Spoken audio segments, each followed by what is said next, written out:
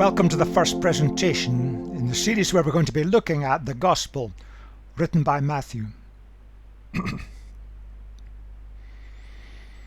The theme of this presentation is Matthew's presenting Jesus to us.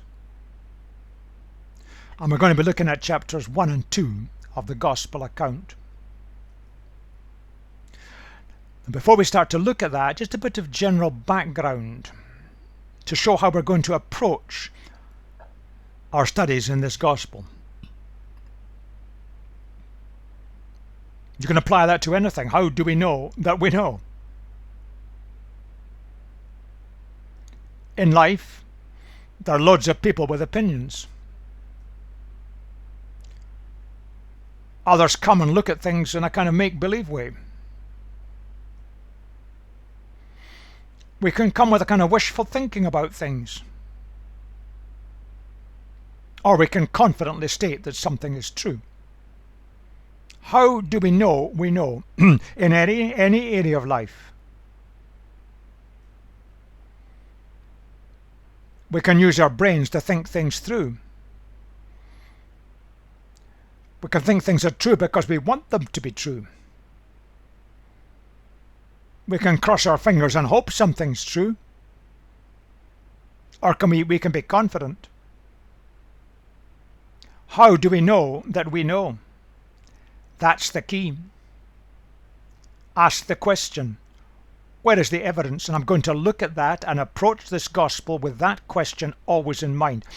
Where's the evidence?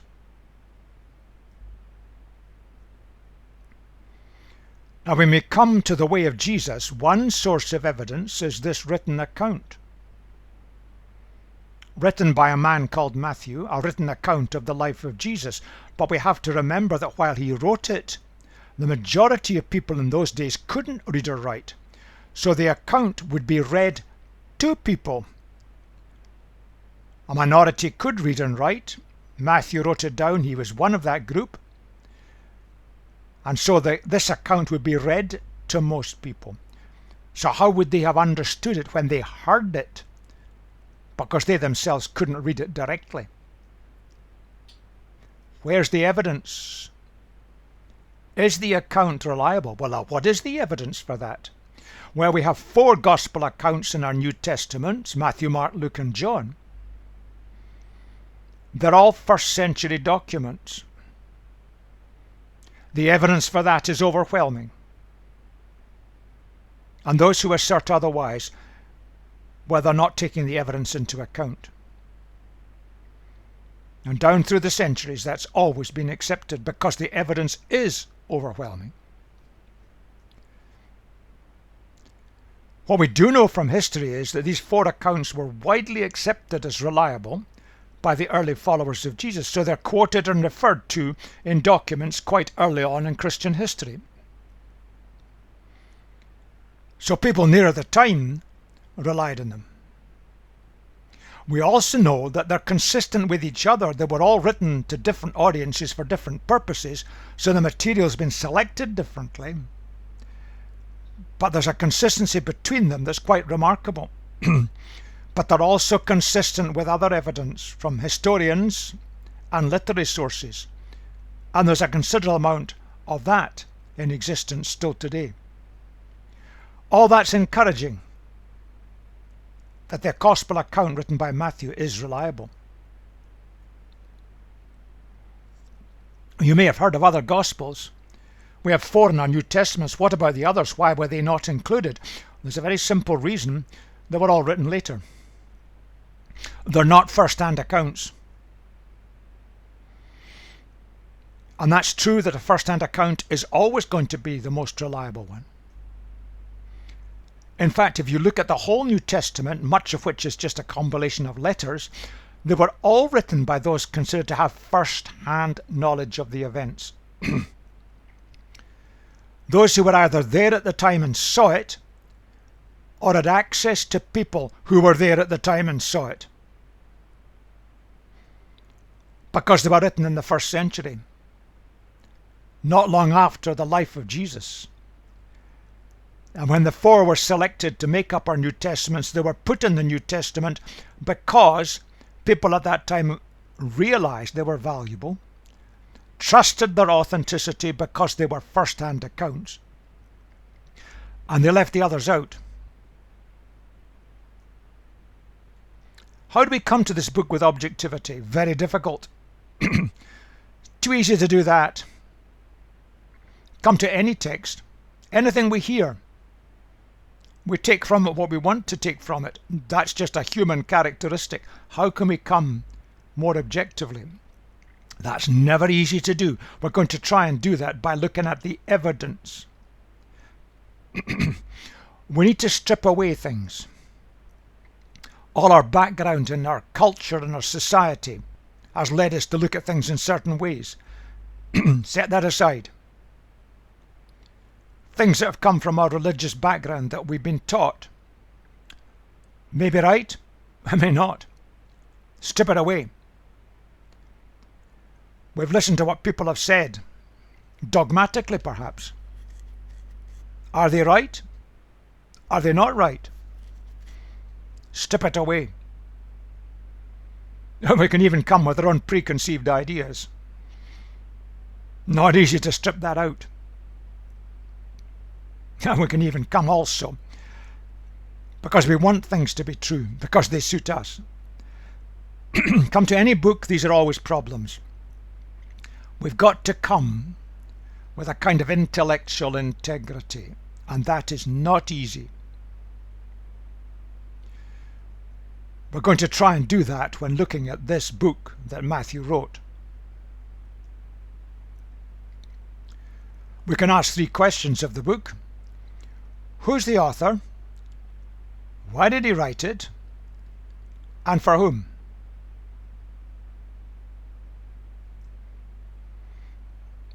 In some ways, that's a very easy question to answer. Matthew wrote it. And down through the centuries, right from the beginning, Matthew was accepted as the author, and Matthew was one of the close friends of Jesus who became a disciple, who because of his background and previous job could read and write. All that's known. He wrote it before AD 70 because in AD 70 a cataclysmic event happened in the Jewish nation. Matthew wrote for people from a Jewish background. Matthew was a Jew. The entire nation was sacked. Hundreds of thousands of men were crucified. Women were raped, brutalized, and murdered.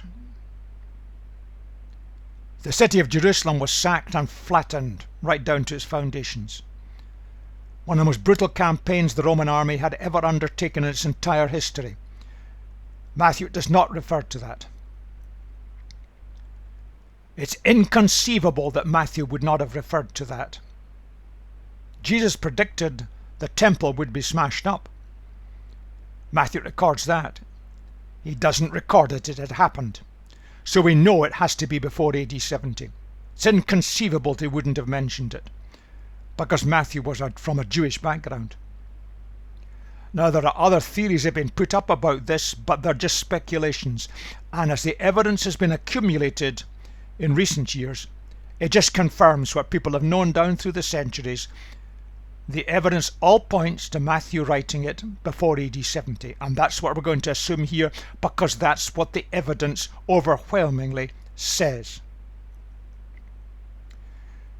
Destination and purpose are interlinked. He wrote it to an audience, I remember they heard it, read to them, who were people from a Jewish background who'd become followers of Jesus. They'd moved from the Jewish background to follow Jesus. And so Matthew draws on his Jewish experience to make sense of the life of Jesus for those who came from that background. Specifically to show Jesus as the fulfillment of the Old Testament, the Jewish Bible of the day. So it's very clear who the author was, why it was written, and for whom it was written. All that's well established historically, and the evidence is overwhelming. We've got to interpret it against that background. How are we going to approach this book? This is the way we're going to approach it in this series of presentations. We're simply going to ask, what does it say? And we have to remember it wasn't written in English. what did the original hearers have got from it?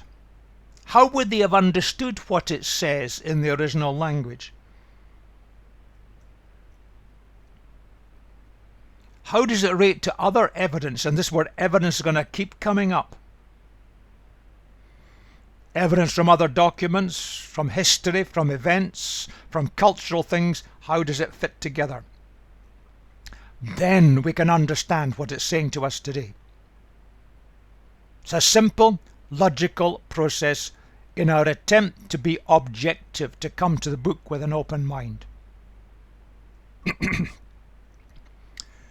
If you like, what does Matthew have to say about?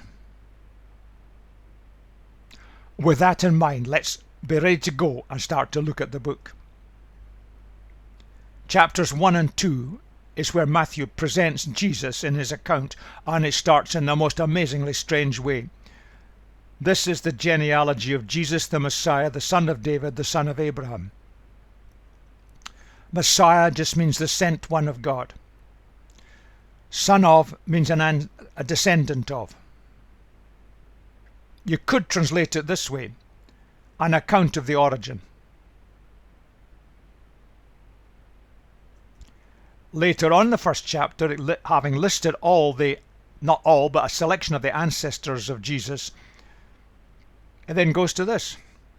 This is how the birth of Jesus, the Messiah, came about. You could translate that. The origin of Jesus the Messiah was like this. I've shown you the family line. Now this is how the actual events that led to his birth came about. This raises big questions. Why a list of ancestors? It's not the way we'd have started the book. But remember the audience that Matthew was writing for. And how can we get our head around the idea of a virgin conceiving? Is that not a biological impossibility? We're going to address these two questions in a moment. Let's first of all look at the list of ancestors at the beginning.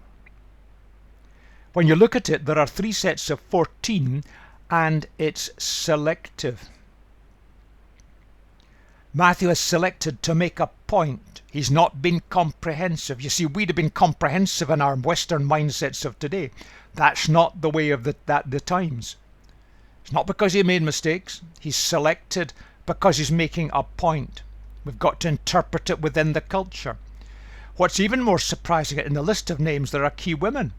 Now, women were not included in family lines in those days. That was not culturally acceptable. But when you look at the actual women, they're a bit surprising.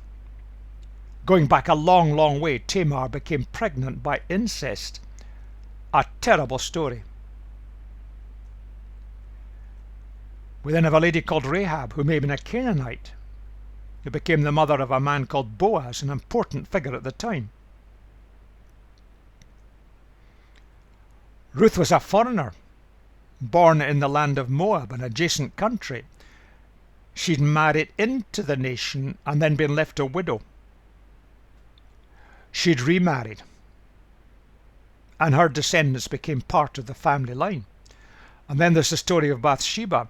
David murdered Bathsheba's husband because he fancied Bathsheba as another wife. In those days, kings could have as many wives as they like. Terrible story.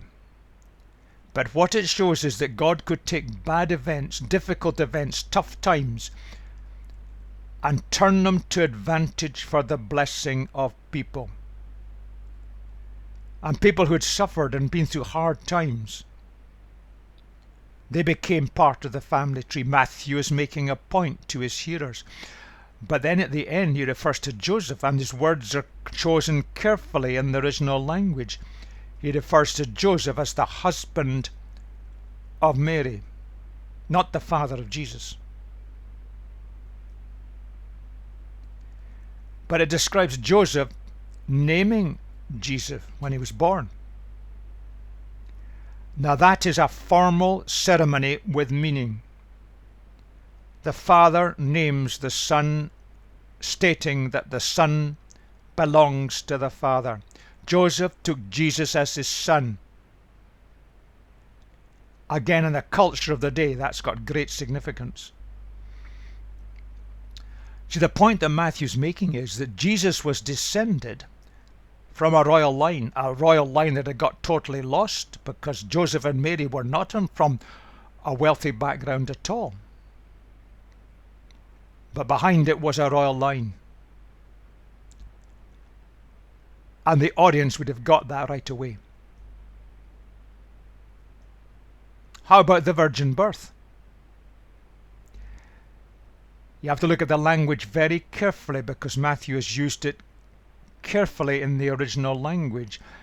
In verse 16 of chapter 1, he says, Joseph, the husband of Mary, of whom was born Jesus, who is called Christ. Christ is just the Greek word meaning Messiah, the Jewish word, meaning the sent one of God.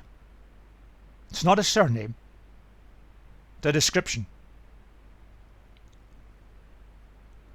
Matthew's used the words very carefully there. 2 verses later, Matthew describes, before they came together, she, that's Mary, was found to be with child through the Holy Spirit. They came together is a formal language of the culture of the day. What actually would happen would be that a teenage girl would be taken into an arranged marriage, arranged by the parents. So Mary was probably a teenager, mid-teens. That's the most typical age. Into an arranged marriage. The two families would arrange it. There would then be a major ceremony when this betrothal would be declared publicly. They were then committed to each other. But sometime later, maybe as much as a year later, that was quite typical, there was a ceremony called the coming together, which is what Matthew's referring to. And this was, if you like, the full marriage ceremony. And at that point, the young girl would be taken by the young man into the young man's home, his parents' home, because the extended family structure operated at that time. But Mary was found to be pregnant. And pregnant to be with child through the Holy Spirit in the original language, it's absolutely clear that's nothing to do with sexual intercourse. The language is different. Joseph discovers. He's horrified. You can imagine it. But he has a dream. An angel speaks to him, do not be afraid to take Mary home as your wife, because what is conceived with her is from the Holy Spirit. Again, the language is precise. Something amazing, miraculous has taken place. Joseph would have quietly got rid of the marriage, started again. But he was obedient. He took Mary home as his wife, but he had no union with her until she gave birth to a son, and he gave him the name Jesus. That's an official declaration that he was taking Jesus as his son. His self-control must have been unimaginable.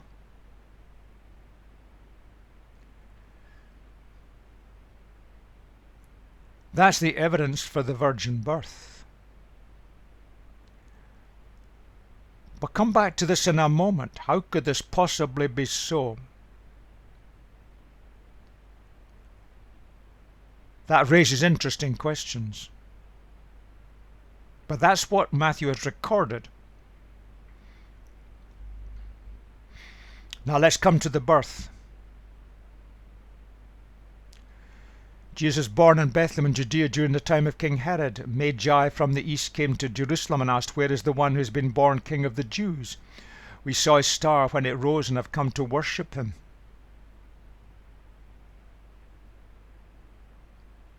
Matthew has selected that story because he's showing that the birth of Jesus had an impact on those far away. In those days, people believed that they could see things that were happening or about to happen by watching the behavior of stars. Now, it doesn't necessarily mean a star, it could be a planet, because they didn't know the difference in those days. So it had an impact on those who were far away.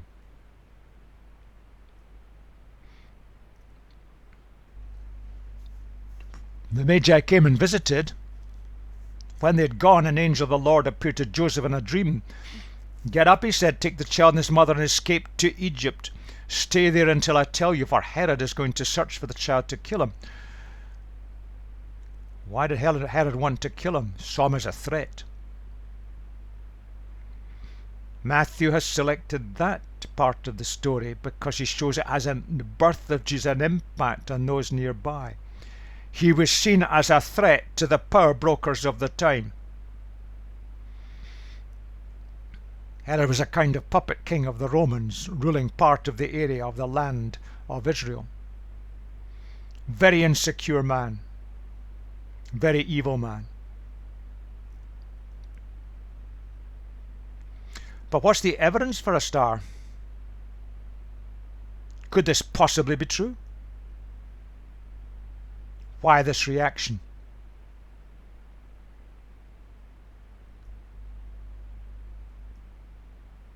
Let's look at the star.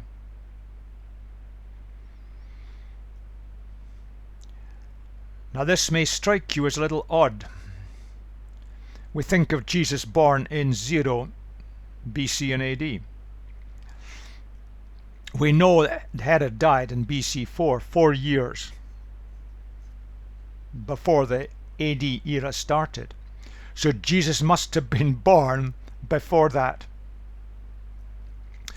Now we know why we've got our dates wrong. Calculations were made in the development of calendars. They didn't have calendars in those days. The calendars were invented much later. And the calendars were altered at various stages. The Gregorian calendar that we use today goes back to the 16th century. And it turned out that a monk got his arithmetic wrong. I made a miscalculation. So the dates are wrong. Things have been calculated backwards and a mistake was made. That doesn't alter the story at all. But is there any evidence for the star? Star or a planet? Now it turns out in those days there were extensive records kept because there were a lot of people that looked out in the night sky, and in those days you could see the night sky, there wasn't light pollution at night, and they thought the movement of the heavenly objects was connected to events on this planet. So there are extensive records, and there are two possible explanations.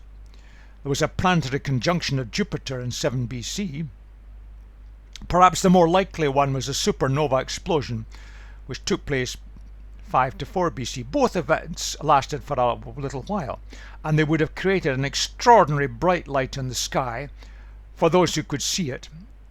And you could see it in those days if you were looking. But what about the star standing over the place of the birth of Jesus? In some ways that's quite easy. When the wise men who thought that Jesus would be born in Jerusalem made inquiries there, they were told that the predicted Messiah was to be born in Bethlehem. There's a prophecy that said that you'll see in a moment. So they come out and start travelling from Jerusalem to Bethlehem. Now Bethlehem is just a tiny village in those days down the road from Jerusalem. And perhaps the clouds cleared. And the bright light of the star, they could see it over the buildings of this tiny village, and they realized, we're on the right way. All of this could have fitted. God can use the most amazing things to direct people who are wanting to be directed. And perhaps that's the significance of the story. Now there's lots of quotations that Matthew uses from the Old Testament mainly, because remember he was writing for an audience of Jewish background. I'm going to look at a few of these. Why did he use them? You see, we use references today in the Western culture and thought form differently. We've got to interpret this in terms of the culture of the day. Now I want to go back to the virgin birth of Jesus. Matthew refers to a reference from Isaiah where it speaks about a virgin giving birth. Now actually, in the original language, the word virgin isn't really the right translation. It just means a young girl who's just coming into marriage. So it's her first sexual experiences. Now we don't know what this remarkable birth is that Isaiah was writing about, but he was speaking to King Ahaz, and he's probably referring to the coming birth of a son of Ahaz, Hezekiah, a great and good king. And the way Matthew uses it, he's saying here, the birth of Jesus is a bit like something in the past. There was the birth of an amazing man, amazing King Hezekiah, the last good king of the nation. Right. There was a grandson who was also a good king, but then the whole nation fell apart. But Hezekiah was an important king in his day. That's the way Matthew would have used it. So we talk about a virgin birth, a birth of someone, a girl who was a virgin in this here, and what Matthew is saying, it's a bit like that, only Mary never had sexual intercourse before becoming pregnant.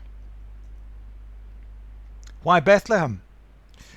Well, the famous King David came from Bethlehem. So Jesus is coming from the royal line. Bethlehem was tiny, it was an insignificant little village in those days. Shepherds all around in the hills. God brings great things out of insignificance. Quotes from Hosea. Joseph was told to take Mary and his young son down to Egypt to escape Herod's clutches, only to come back after Herod died.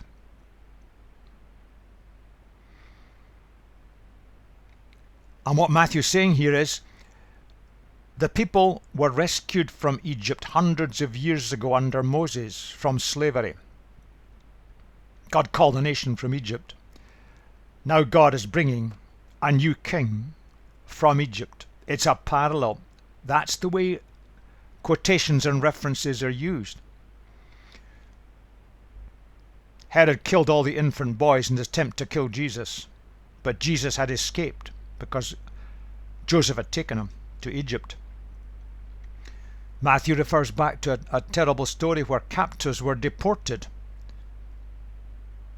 but Jeremiah was kept in Israel. He was spared. Here's a disaster. It's parallel to that, but the important person was protected. And then we don't know the origin of this quotation, but Jesus emerged from total obscurity. He was brought up in Nazareth. He wasn't taken back to Bethlehem or Jerusalem. He went back to Nazareth. Nazareth was a little village in the hill country to the north. It was a nothing. Total insignificance. Of no importance in those days. That's how Matthew uses quotations, which was typical of the time.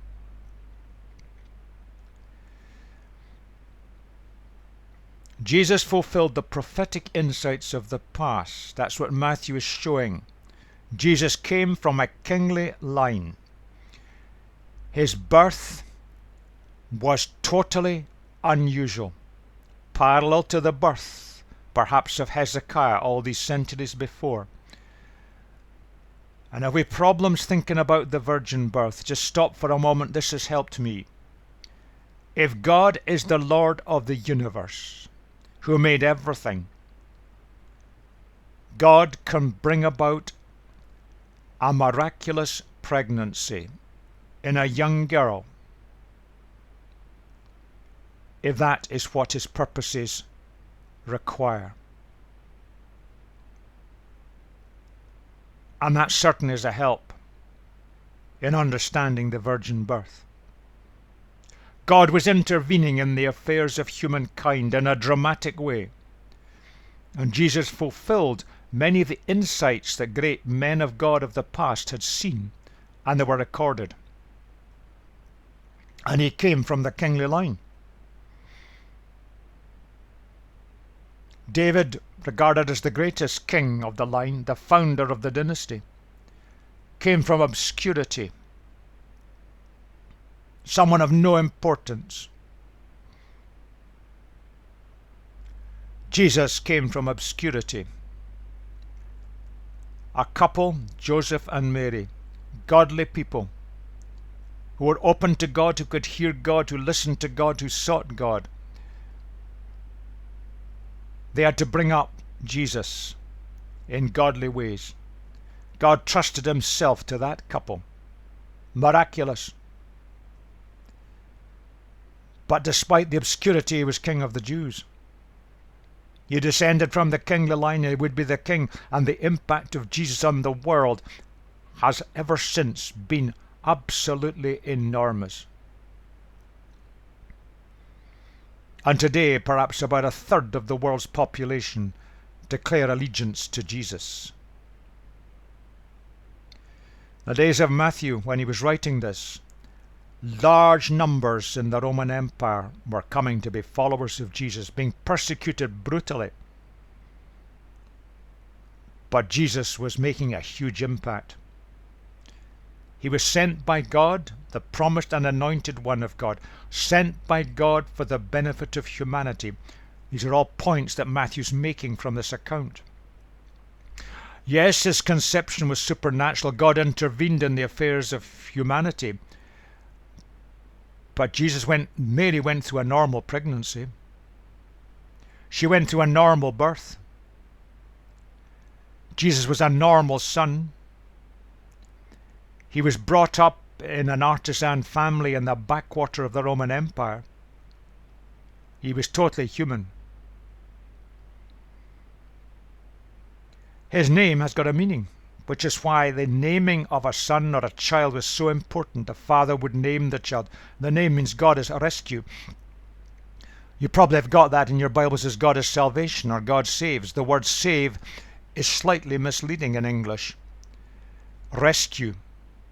God in Jesus came to rescue humanity from everything that can make our lives blighted and down. God is rescue, and that is to be seen in Jesus. Yes, born into obscurity, into a godly family, brought up in a backwater of the Roman Empire and a conquered nation, but worldwide significance. And that started with the Magi coming as a result of seeing a star, a supernovae or a planetary conjunction or whatever it was. God used that to draw their attention to a big event.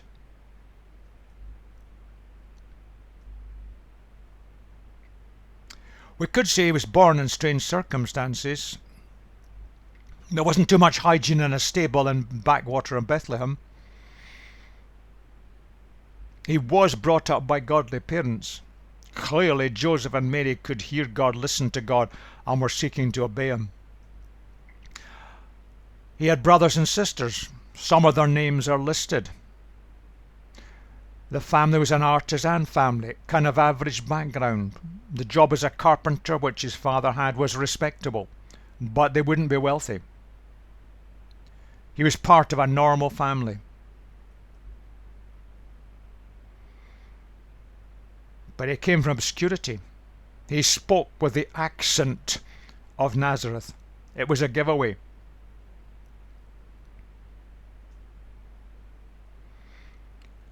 But he was the promised Messiah of Israel. God takes people of obscurity and apparent unimportance in human terms, and God can make them great in his purposes. That's true for any of us and all of us. But it's especially true for Jesus. So you could picture it that way. Born in a little village, hidden away in the hill country to the north of the land of Israel, in a country which had been conquered by the Roman Empire, where they had no power.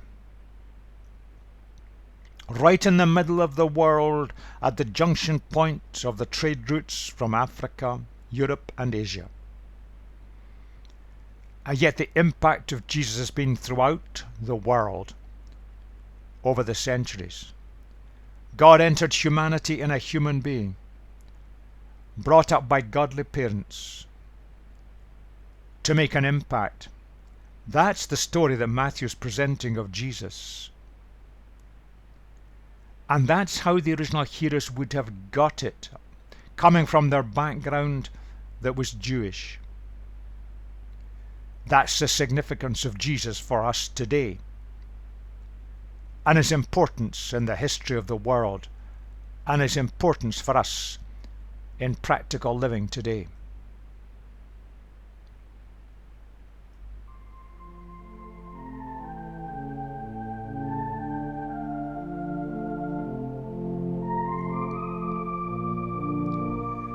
Having introduced Jesus to us, or to his original audience, we're going to move on and look at chapter 3, when Jesus as an adult moves out to start his impact on the people around.